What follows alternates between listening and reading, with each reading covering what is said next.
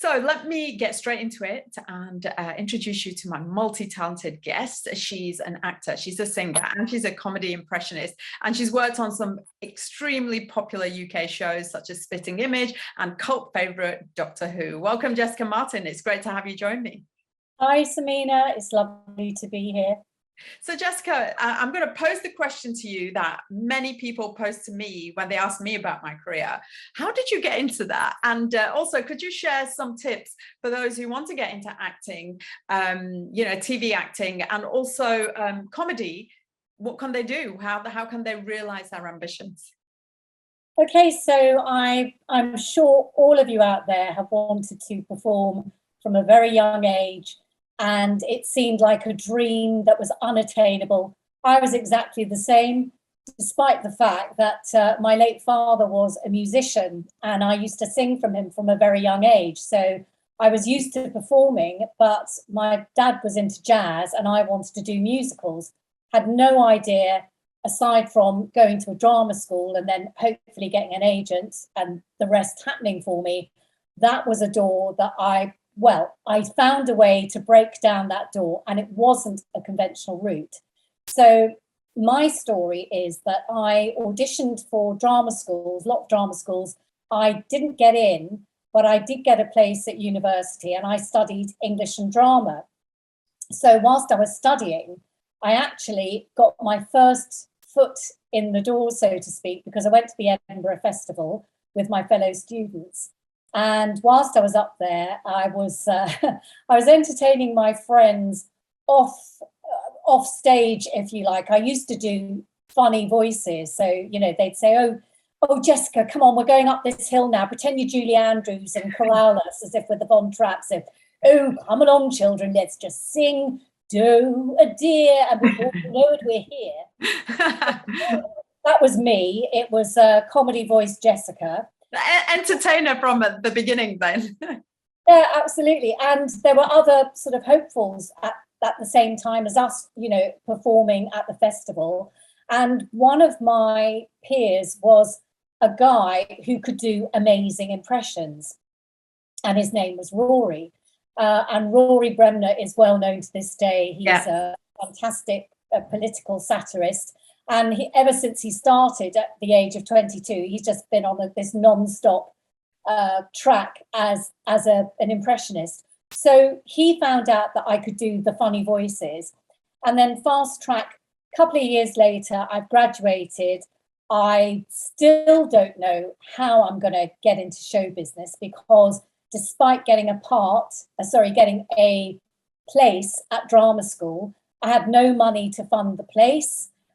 So I had to turn it down. And effectively, I was getting my performance experience by performing on the Fringe with someone I'd met at uni. And I bumped into this guy, Rory Bremner. Again. And he opened the door for me. He essentially said, "Look, I'm working on a radio show. They need a girl impressionist. You can do voices." We exchanged numbers, and literally it was like by magic. On the Monday after I met with him, I was sitting at a table having a cup of coffee with a radio producer saying to me, "Rory says you're great. Do you want to start next Monday?" So, wow, what a story. What a story. That's just awesome. Now, the thing is, not everybody is gonna have that experience. So what tips do you have for those who may not get that opportunity, like resonating with somebody or being spotted? What steps can they take to get into the showbiz industry?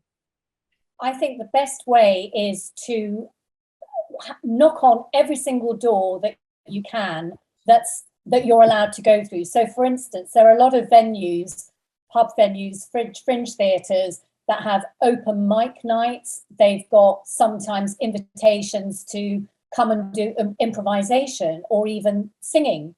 So any chance you get to get up there and show the world what you've got to grab it with both hands, and you can't overthink it, second guess, worry, oh, what if it doesn't work out? You just go for it, because the more things you throw at life, the more chance you have of things coming back. The actor Dustin Hoffman always cites his favourite saying, which is, "The harder I work, the luckier I get.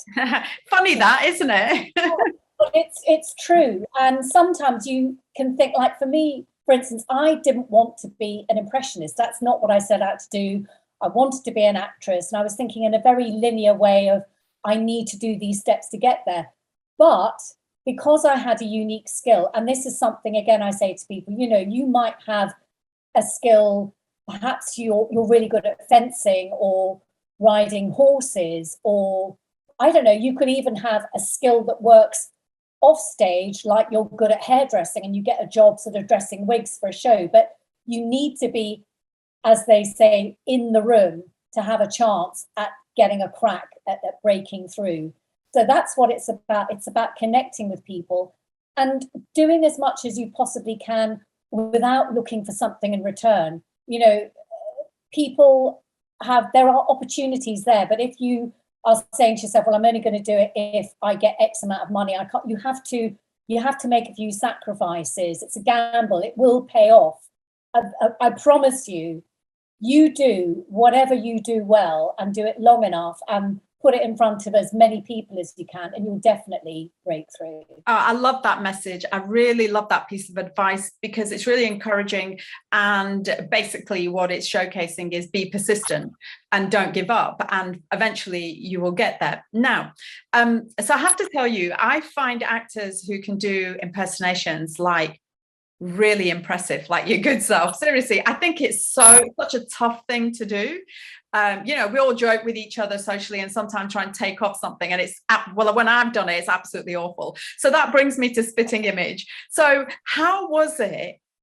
Like, how did you impersonate? Like, let me just give some examples of some of the women, very famous women you impersonated. The Queen, no less, Princess Diana, and former politician Edwina Currie, just to mention a few. I mean, how did you do it? And did you ever slip into different characters every time, like slip into the other one when you were trying to actually do this one? Well, let me illustrate. So you mentioned the Queen. So nowadays the Queen would sound very much like that. But when I was doing her, of course, we're talking quite a few years ago, so she was more up there. And then there was Princess Diana, who I always thought of as being, she sounded shy and she looked shy. And I always sort of, whenever I was doing the voices, I'm speaking as myself now, but it was a let's pretend thing. I used to imagine that I was Edwina Currie, telling everybody how to manage their affairs and telling them not to eat eggs because they get salmonella. The day. So it's just kind of jumping in. It's a belief. You have to believe that you can do the person, and somehow or other, your voice and your physicality believes it too. Wow. Exactly the same with playing a character part. I mean, not everybody can do impressions, but there are a lot of very, very talented actors who can invest themselves in people that are totally different to themselves. So really, that way of thinking is something that you have to apply to the idea that you are going to become an actor one day. It's a matter of self-belief. I've got a mantra that I use for everything that I do in a creative way, and that is conceive, believe, achieve. You have the thought in your head and you keep holding on to that thought, and then you truly, truly believe in it. You don't keep throwing self-doubt. You know, self-doubt's always there sitting on your shoulder. Who do you think you are? Well, who do you think you are? Really, the inspiration you should get should be from half the people that do believe in themselves, who go out there, who don't have anything to back up what they're doing. So I'm not going to get into any naming and shaming, but we know there are people, and you sort of think to yourself, oh my goodness, how on earth did they get to where they are? But they did it because they not only fooled the other people, but they fooled themselves as well. So there's a lot to be said for going for it. And if you don't go for it, nobody's going to weep because you didn't try hard enough. It's your story. Nobody cares. Everybody cares about what they're doing. So you have to care about what you're doing as much as somebody else who's fielding a path and making a success of it.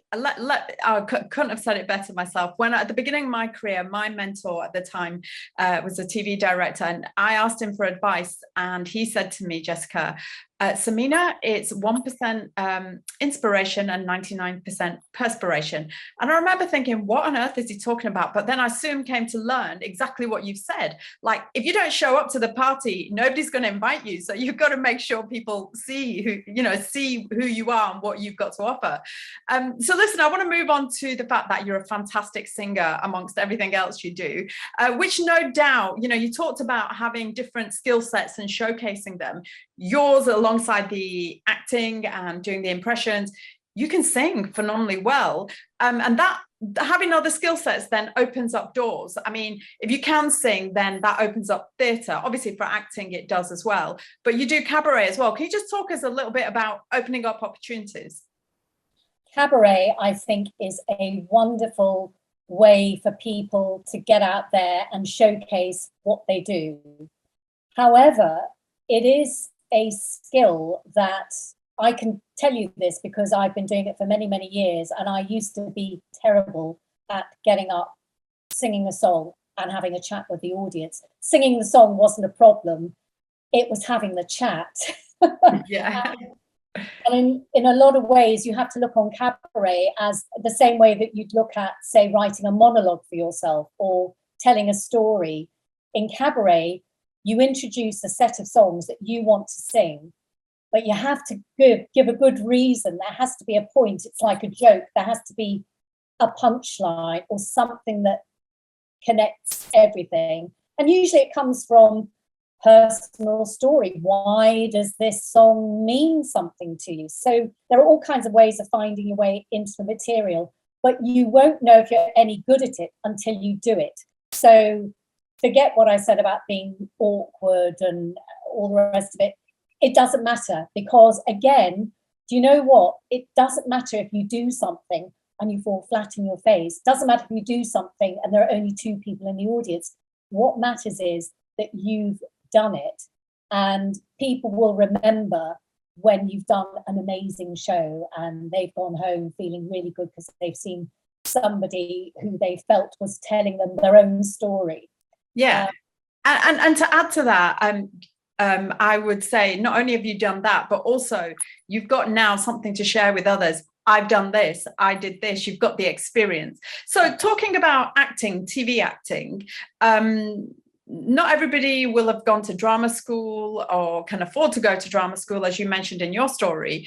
So what kind of steps can people take to ensure they get connected first? Because this industry is very much about who you know rather than what you know. And what kind of steps can you get to ensure you get auditions or get noticed? I think if I were a young person today and I had some friends of mine who were interested in the same kind of things as me, but they maybe had different skill sets, like one of them was good at filming on their iPhone, somebody else is good with sound, someone's good at writing a script, I would get together with those people and I would make a short film or a web series and I'd be putting it out there on YouTube.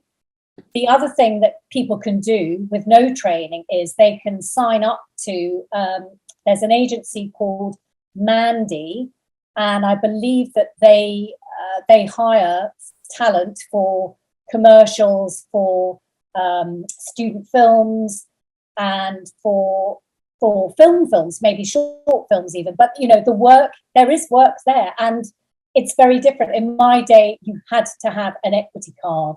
And to have an equity card, you needed to have experience. And usually that meant, yes, going to drama school, getting a long-term job with a rep company, which doesn't even exist anymore. So there are ways and means. And honestly, because the technology now, even with an iPhone, that's how I make my self-tape auditions for, major series and things. It's there. All the tools are there. So really, without sounding too stern about it, excuse. If you want to do something, you've got all the tools at your disposal. And even, I was going to say some of the apps, like Audition or there's Adobe Premiere, they have free trials for these. They do. And I've talked about those on my channel so often, like there's so many free, like you say, resources that actually there's no excuse not to get into action. I think to sum up what you said, it's show, not tell. demonstrate what you can do rather than talk about it, right? Yes. So moving forward, for a lot of those at entry level, confidence can be knocked. This industry is full of rejection. And I know you said about like, believe what you can do, but I'm sorry, but rejection is huge in this industry. So how can somebody manage that? How do you manage that? You have to go through it. It hurts. And there's no time ever in anyone's career where they can say, I mean, believe me, that's the philosopher's stone that I've wished for all my life, is for a day to come when I would never have to audition for a part again, when someone would just ring up the phone and say, yeah, we know what you do, here's the part and here's the money, Not going to happen. You have to, the difference between actors and other people in, as I call it, civilian life is we are freelancers, we are made redundant after every single job we do. So you have to pick yourself up, dust yourself off. And what you need to do is you need good support around you. You must not invest all of your heart and soul, much as you are passionate about your dream of acting, as I was and I still am. Having family, friends, even if you've got one friend who just loves you as you are, who couldn't give a monkey's whether you get the part or not, who makes fun of you, brings you back down to earth. But that brings everything into balance, because showbiz is great, but it's showbiz. It's a show. It's not real life. So care about it.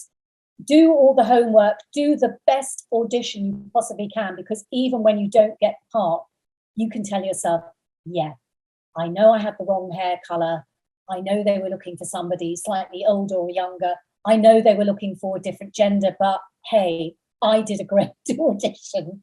And they will tell you, that's the other thing which is really nice in most auditions now, casting directors and directors, they're very respectful. They understand that you've taken time to prepare, and they will praise you, and they might give you a round of applause. And you have to accept that as genuine, mutual respect. And they know the reason why they do this is because if you have got talent, they may be meeting you sometime later in your career, and they don't want you to look at them and think, yeah, you're the person who's just looking at their notes when I was auditioning, ignoring what I was doing, and look at me, I'm fab. Yeah, no, brilliant advice. And the Edinburgh Festival, Mandy, and it's not just Mandy, there's many other organizations that offer similar services. I will add those links in the show notes. And I will add a link to your website as well, if I may, so that people can see what you do. And I think you do amazing work. You're super talented. And you know what? I'm really grateful that you contributed to my show today. I think you're going to make such a difference for those who want to get into acting like you, and into doing impressions. Very talented. Thank you so much for your time today, Jessica. My pleasure, Samina.